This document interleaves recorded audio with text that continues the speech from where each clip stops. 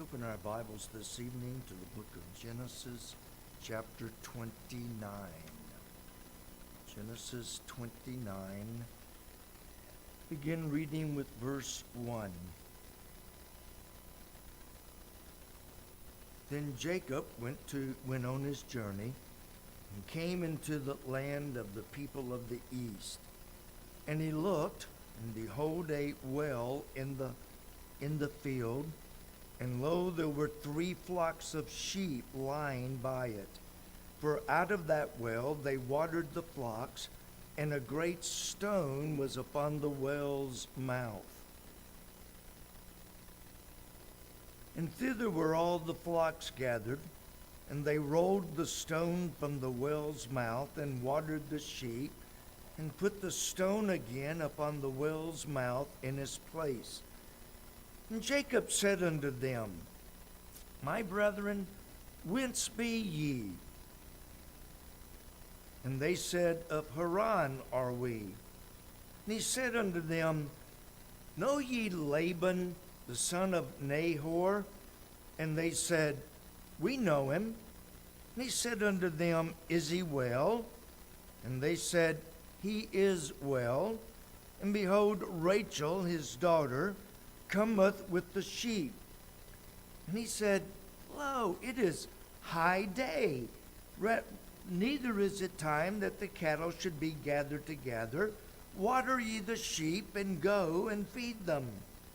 And they said, We cannot until all the flocks be gathered together, until they roll the stone from the well's mouth.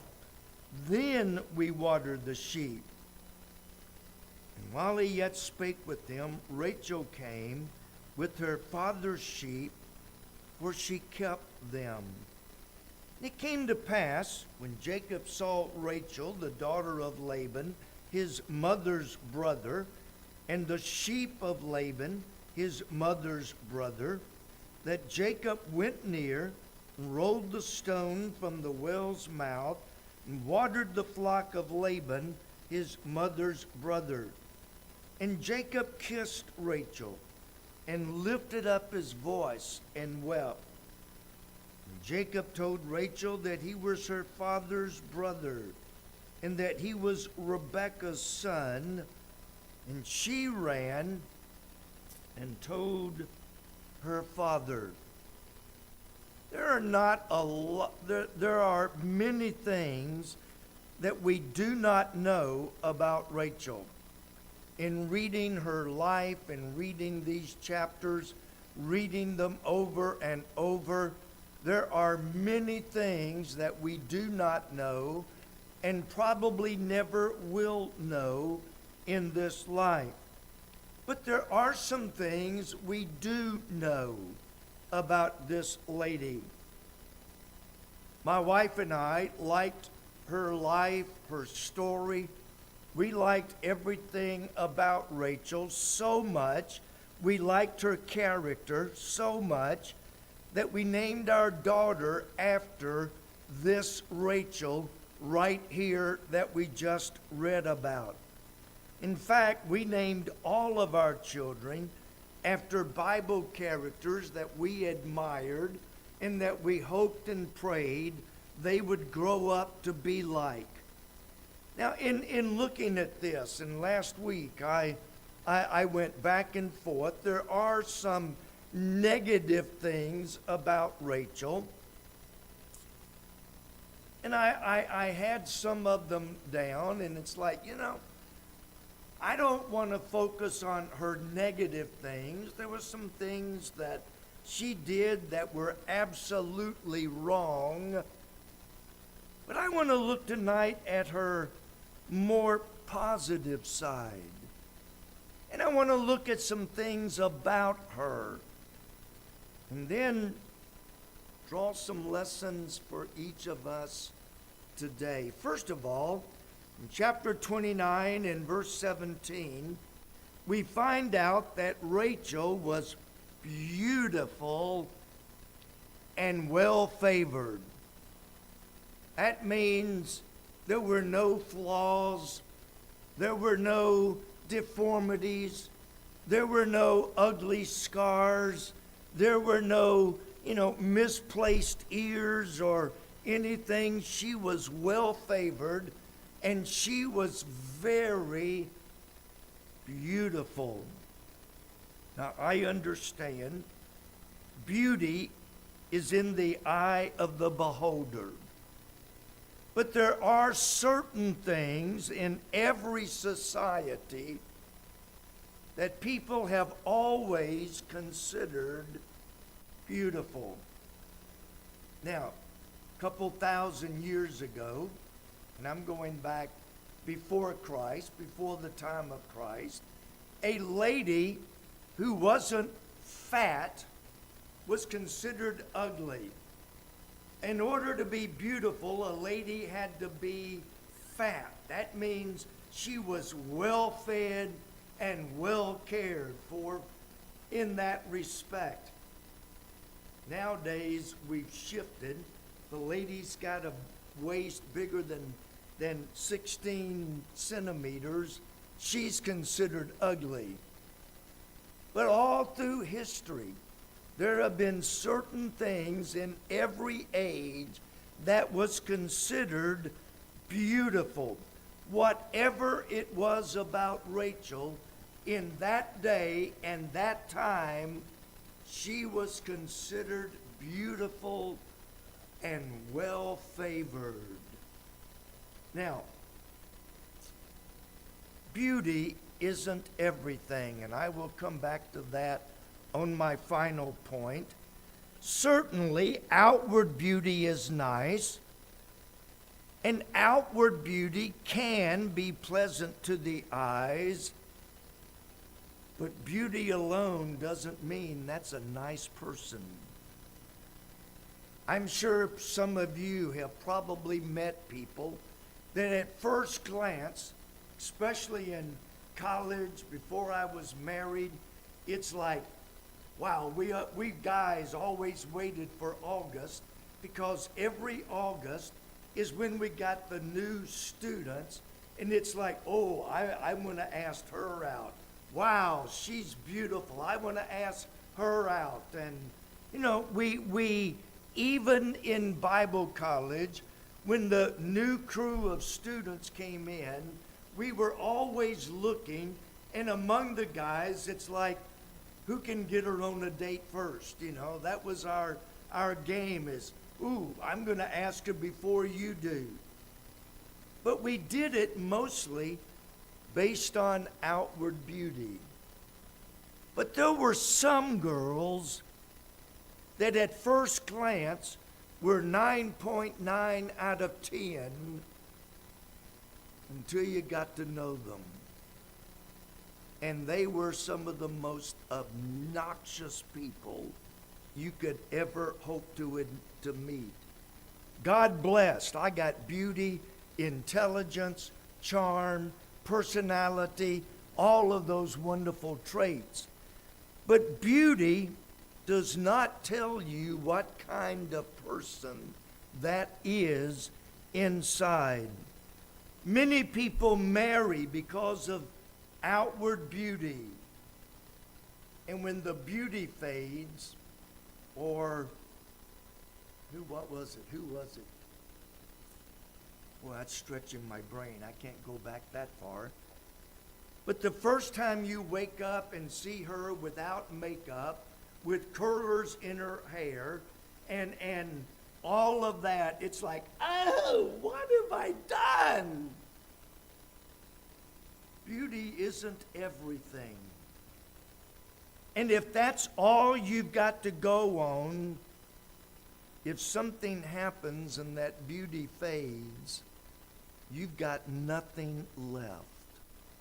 Nothing. The Bible emphasizes a different type of beauty. The Bible pushes beauty many times. But in the New Testament, Paul wrote in 1 Timothy chapter 2 and verse 9, Paul said, in like manner also, that women adorn themselves in modest apparel, And I've covered that before, and I'll probably cover it again sometime. But she is to adorn herself with modest apparel, with shamefacedness and sobriety. Not, is everybody listening? Not with broidered hair or gold or pearls or costly array, that is, expensive clothes, but which becometh women professing godliness. She is to adorn herself with good works.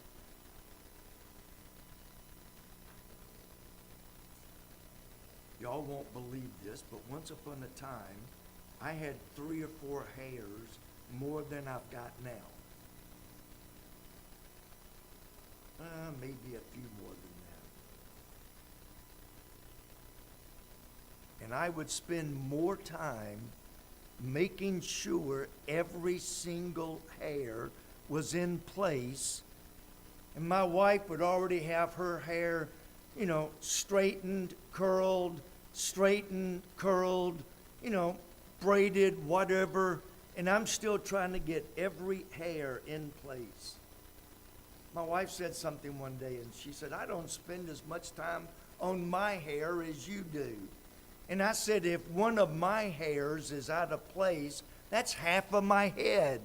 If one of your hairs is out of place, that's one out of a couple thousand.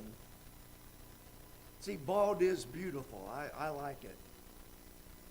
But we spend so much time making sure we look our best outwardly.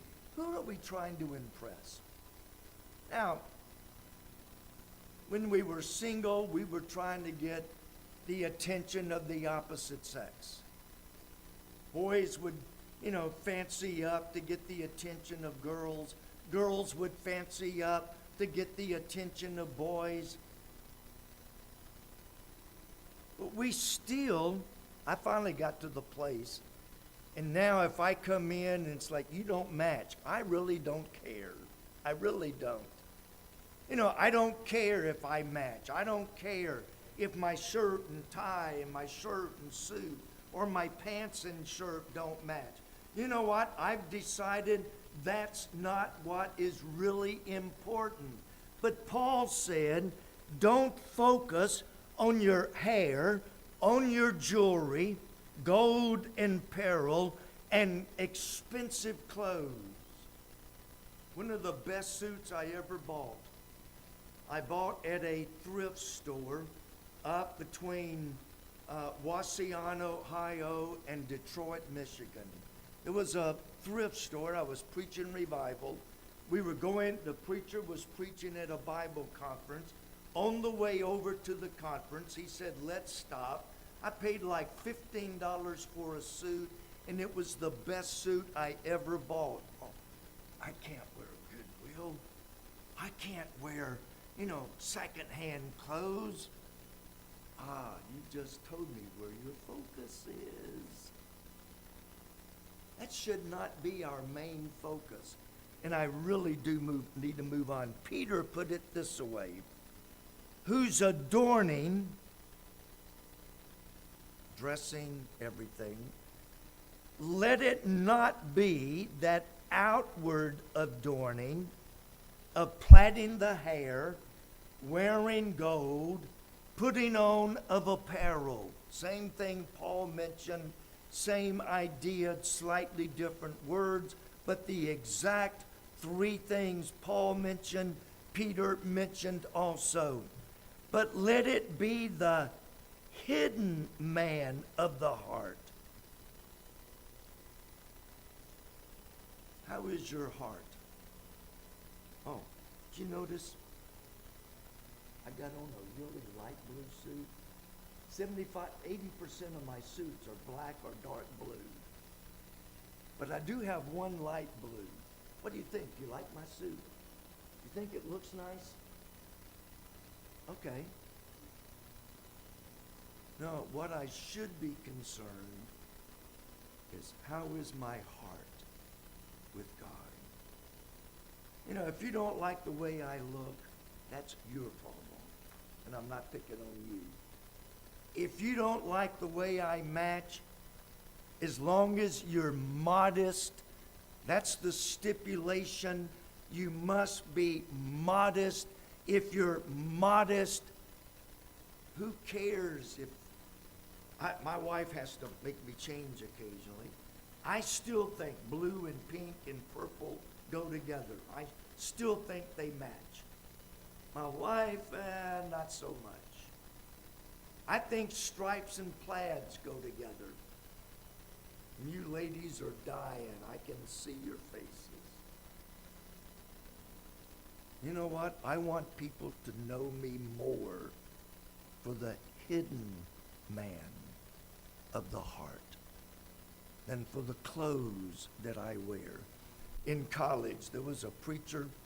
He would come to the college occasionally, preach at revivals, conferences, different things. And he was famous for a solid white suit. White suit, white shirt, white tie, white pants, white shoes, white socks, everything. When he got up to preach, you know what everybody remembered him for? His white suit.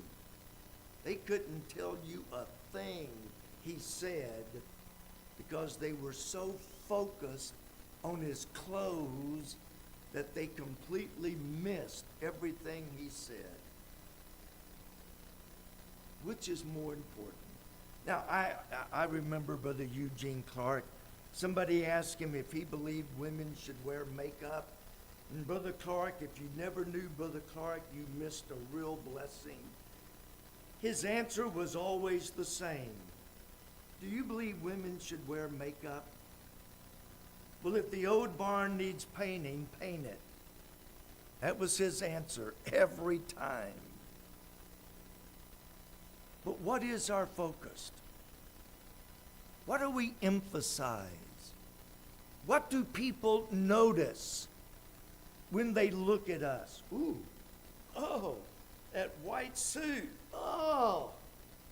Or somebody asked me here a while back, did you notice what so-and-so had on? That's like, I have no idea. I don't look at people to see how they're dressed as long as it's modest. But I look what kind of character do they have? What is their character? Do they adorn themselves with a meek and quiet spirit, which is in the sight of God of great price? Number 2, she was a hard worker. You see, we know that because she was tending the sheep. And we know from many examples in the Bible and even in life that tending sheep is hard work. See, if you're tending sheep, you have to be able to fight off any wild animals. You know, if you're out there and you're tending sheep and a lion comes up, you don't, oh, help! Somebody help! No, you're the shepherd. You are tending the sheep. You must be prepared to defend the sheep against. David had to fight a lion and a bear one time. And even though she was a lady tending sheep, she had to be able and ready to fight whatever came in order to protect those sheep. And then you got the problem of sheep wandering off. You know, you can't just say, okay, all right, you all eat, I'm going to go lay down. Because when you wake up, what happened to the flock? Oh, they scattered 100 different directions. And so you constantly had to be on alert, watching for sheep that wandered, taking the rod and the staff and going after them and bringing them back to the fold. And then there was the weather. didn't say, oh, it's raining, I'm going home. No, you're tending the sheep. You stay there as long as the sheep are there. You stay there. Rain, snow, sleet, or shine, you stay there because your job is to tend the sheep. So we know that she was a hard worker, a lady that was willing to do all of that would not be a lazy woman. You know, every Mother's Day for years, I would read the 31st chapter of Proverbs. But if you've ever really studied, I preached it, but it's been many, many years since I preached it here. But if you read the 31st chapter of Proverbs, the virtuous woman whose price was far above rubies was anything but a lazy woman. She worked. I mean, you read that chapter, she worked. Number 3, Rachel waited for her husband. A 7-year engagement. Now, I don't normally recommend that for a number of reasons. Once you're engaged, the longer it goes on and on and on, the more possibility of something happening that you both will regret for the rest of your life. So I don't normally recommend a 7-year engagement. But that's what they had. Jacob agreed to work 7 years in order to marry Rachel. And for those 7 years, they were engaged. They never knew each other in an intimate relationship. I have known of people, well, we're engaged. That's almost like being married. So since that's almost like being married, we can enjoy all the benefits of marriage because we are engaged. They were engaged for 7 long years. But during that time, they kept themselves pure. After waiting 7 years, the wedding day comes. The day she's waited for 7 years. The day she has planned for 7 long years. And now the day of the wedding, at the last minute, her dad takes her. You know, here she is, and I'm using my imagination. She's at the altar, waiting for Jacob to do the I do's. And here comes her dad, takes her over here, takes Leah, her sister, and puts her up there instead. Now, with the veil that they wore, you know, it wasn't like the little doilies that people wear today. This was a complete veil that covered their head.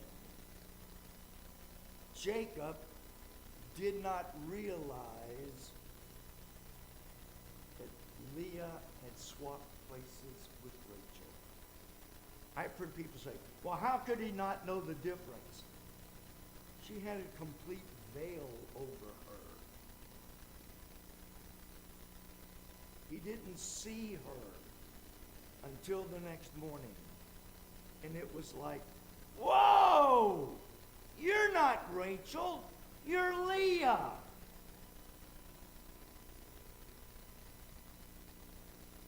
Rachel was cheated.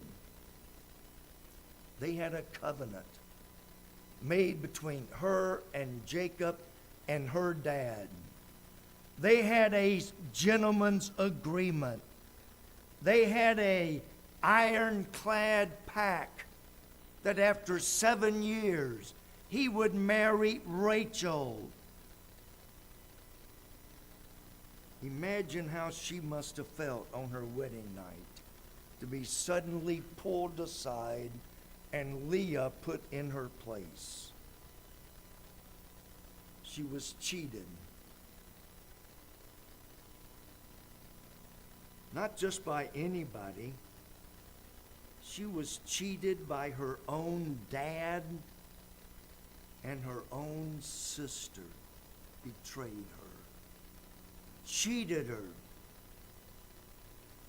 You know, to be betrayed by anyone hurts. But to be betrayed by your own family, I think hurts even worse. And so Jacob makes another covenant with Rachel's dad. He said, you give me Rachel now, and I will work 7 more years. But I want Rachel now this time.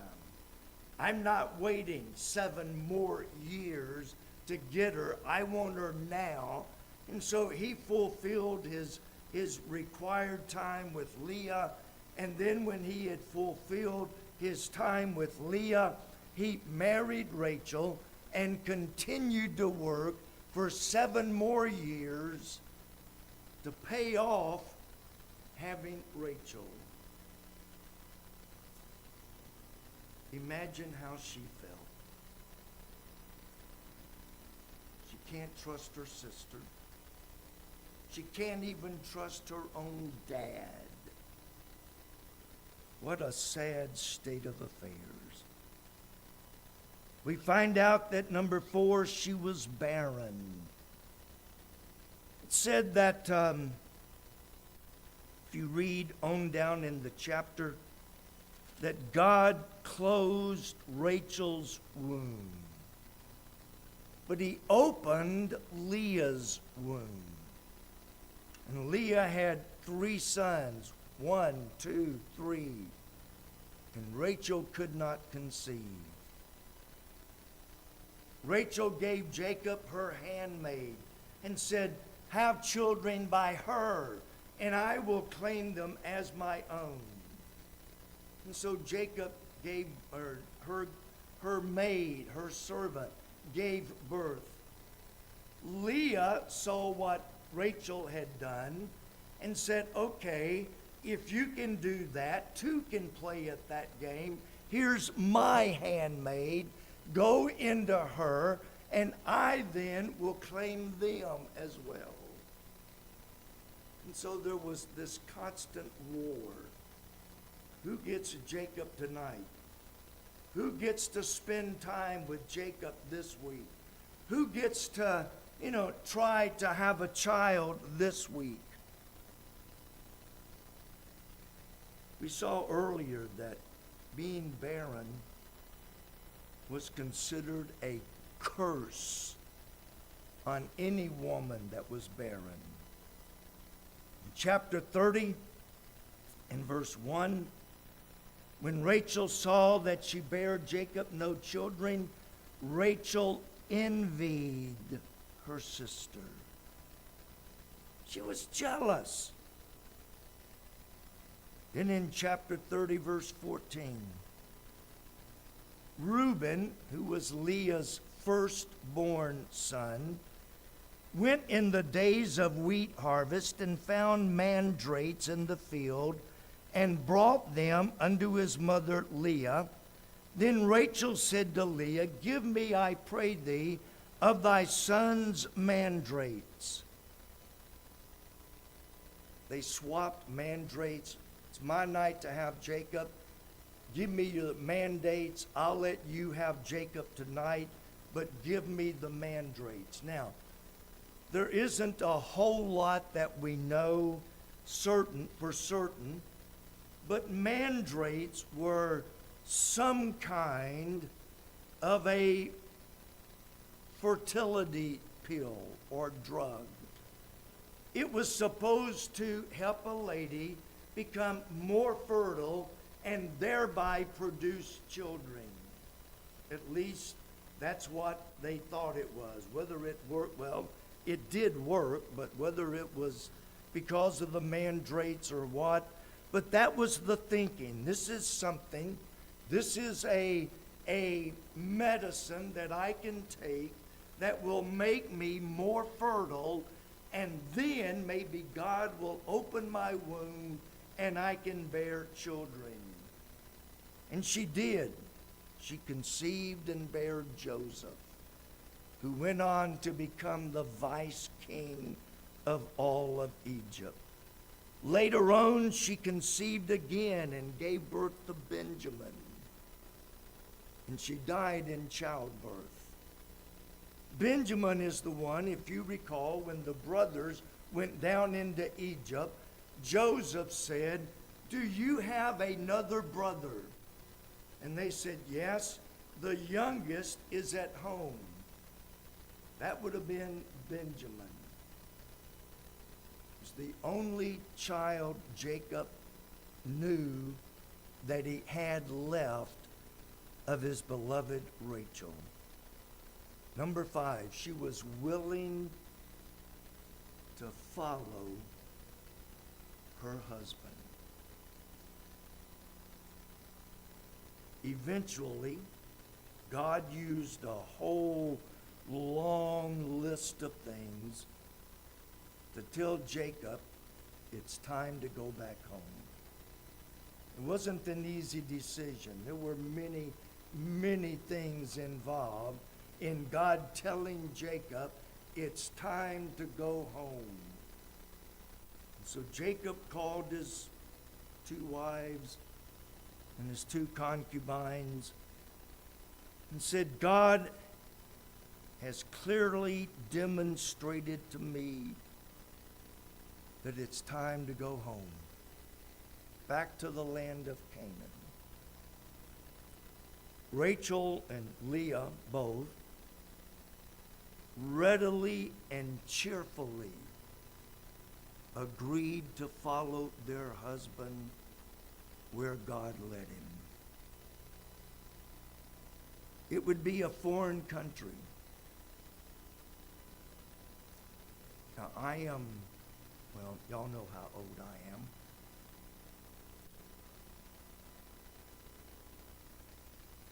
I would not jump up and down for joy if God suddenly tomorrow made it absolutely, positively, no doubt, no question, absolutely, I want you to go to Honduras. No question, God is leading to go to Honduras. How many of us would be willing to pack up and go to a foreign country where we don't know anybody? Well, I know the 3 preachers that we support there that I met when I was down there. But that's been 24 years ago. She was willing to go to a foreign country among foreign people. They spoke a different language. They ate different foods. They had different characteristics, different customs. And yet she was willing to travel hundreds of miles across partial desert land, leaving her family and all of her friends behind to go to a country because her husband said, "I believe God has called me." Now, part of that is while God was working on Jacob, he was also working on Rachel and Leah. So when Jacob said, "God has told me to go back home," God had already been working on them so that they were ready and willing to go back home. Some of you have been here when we've had missionaries. One of the questions I asked frequently, not every time, but frequently, you know, we always question the man, he's going to be the missionary. But one of the things I've done many times is I'll look over at the wife and I will say something like, how do you feel about going to a foreign country? Do you know a wife can make or break a ministry? A wife can make or break a missionary. I remember two ladies particularly. One we support, one we don't yet, but I hope to have him in. He's coming back to the States. I'm trying to get him here if possible. It's the two women that I remember. I can't wait to go. God has given me a burden to go with my husband and to work among those people. And God has given me peace and a heart that I can't wait to go. But I have known wives. Honey, I think God is calling me to leave Florence and go to, I don't know, some foreign country like Texas or someplace, you know. I know wives who have said, if you go, you'll go alone.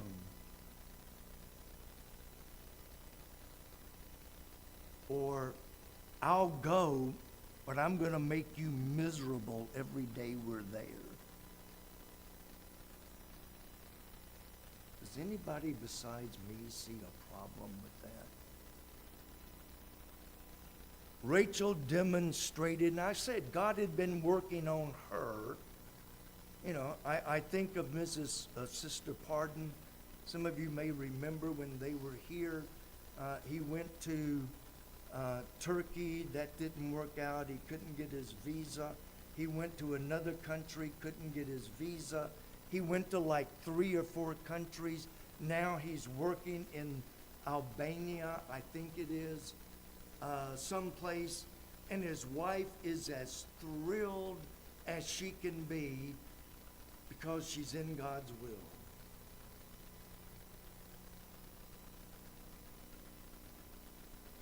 I know men who have said, personally, I heard them with my own ears, I believe God has called me to Texas, to California, to Florida, to Michigan, but my wife won't go. So I guess I'm stuck here. I had a preacher way down south. I mean, we're talking down on the Gulf area. Pastor called me one day and he said, do you know of any churches? I got to get away from here. It's like, well, I don't right offhand. And then I found out it didn't matter because his wife wasn't going to go anyway. Something's either wrong with his calling or something's wrong with her submission, one or the other. She was willing to travel, to leave everything, to be with her husband. Last of all, some lessons for us. I've already covered some of this. Beauty only goes so far. My wife is going to probably throw up, so everybody move away from her, because she's probably going to throw up when I tell this story. Years ago, we were at a Bible conference. This was many, many years ago. And a preacher was on the schedule to preach, and he got up to preach. And if this is not a direct quote, it's very, very close. He said, and I quote, "The only reason a man would hire a woman to work is so that he can look at her body and admire her beauty." Remember that? You don't remember? Oh man, you were madder than a wet hen. He actually said that the only reason a man would ever hire a woman is to admire her body and her beauty. Can't believe my wife doesn't remember that, because she wanted to jump the pews and claw his eyeballs out. I'm sure there may be a few men like that, but I personally don't know any. Maybe he was speaking for himself. You know, when a man makes a stupid statement like that, many times he's speaking for himself. Unfortunately, much of society today does put way too much emphasis on external beauty. Think about it. We have Miss Kentucky. We have Miss USA. We have Miss America. We have Miss Universe. And they should put underneath, ugly women need not apply, because they only want beautiful women. That carries over into sometimes little children. Now, we got to fancy you up. We got to put makeup. We got to get you the right dress. And I'm talking 5, 6-year-old girls. We got to get you ready so you can win this kindergarten. What are we emphasizing? We're saying looks is all that matters. If you look good, you don't worry about anything else.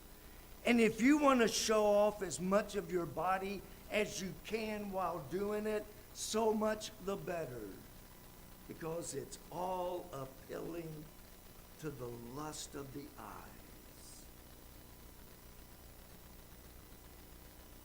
Much of society is deified, mainly women's bodies.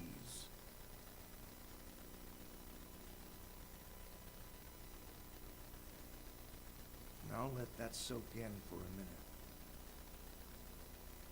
Even at a young age, and I started to name a name that everybody would know, even at a young age, parents dress up and parade their little daughters in one beauty contest after another, because beauty is what it's all about.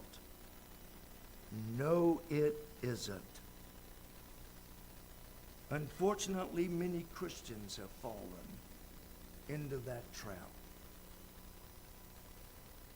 Number two of lessons, work has always been part of God's plan. Remember when Adam sinned?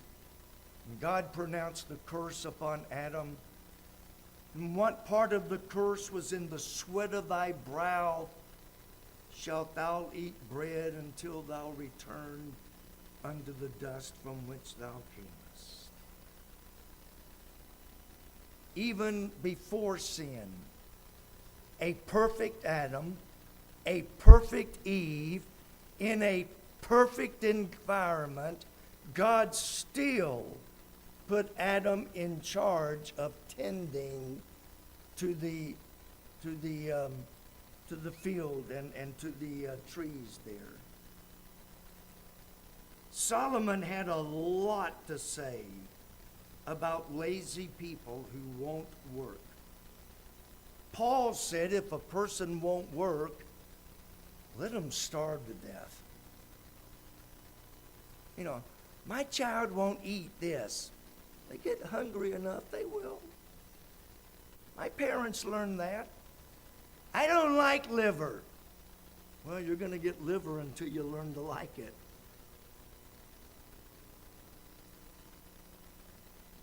I've seen parents, oh, I fixed mashed potatoes and green beans and corn and roast and ham, and my child didn't like it, so I got up and fixed them a separate meal. Don't blame the child. You're the one that's doing it, not him. I learned at a really young age. To this day, I still don't like liver, but if I get hungry enough, I'll eat it. And your child may not like spinach, but if they get hungry enough, all of a sudden spinach looks really good. Well, for me it would look really good because I'm not allowed to eat it, but work is vital in God's society. Last of all, it's okay to use medicine in trying to conceive. Now, I know that's a subject for a lot of debate. I'm not talking about in vitro fertilization. Somebody asked me what I thought, and I said, I think it's sin, because they'll fertilize 10 or 12, fetuses. They will fertilize them, implant 4 or 5, and then kill the rest. No, sorry, that's murder. That's killing a live baby. I'm not talking about in vitro fertilization. I'm not talking about surrogate parents. It's like, I can't have children anyway. But, one of you ladies saying, I can't have children, so I'm going to get someone else to carry my husband's child, and then when the baby's born, I will adopt it. I'm sorry, that's not the biblical pattern. The biblical pattern is husband, wife, one person, husband and wife come together, husband and wife create a life, husband and wife carry that child, husband and wife birth that child. Well, not the husband, but you get the idea. It's a husband and wife, not I'm going to get some strange woman out here to carry my child for me. No, I'm sorry. That's not the biblical pattern.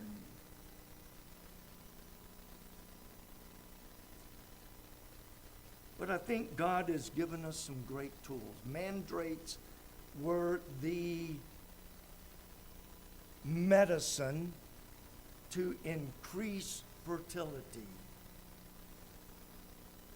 Bible doesn't condemn Rachel for using mandrakes to help with conception.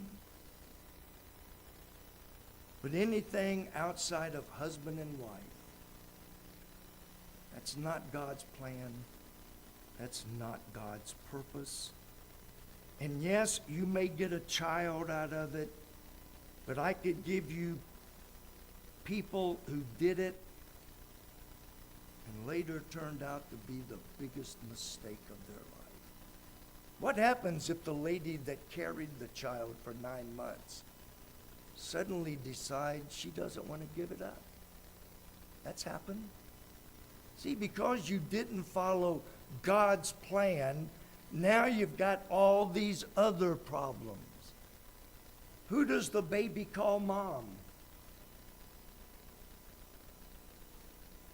See, when you get outside of God's pattern, you always end up with more than you bargained for. Father, we come.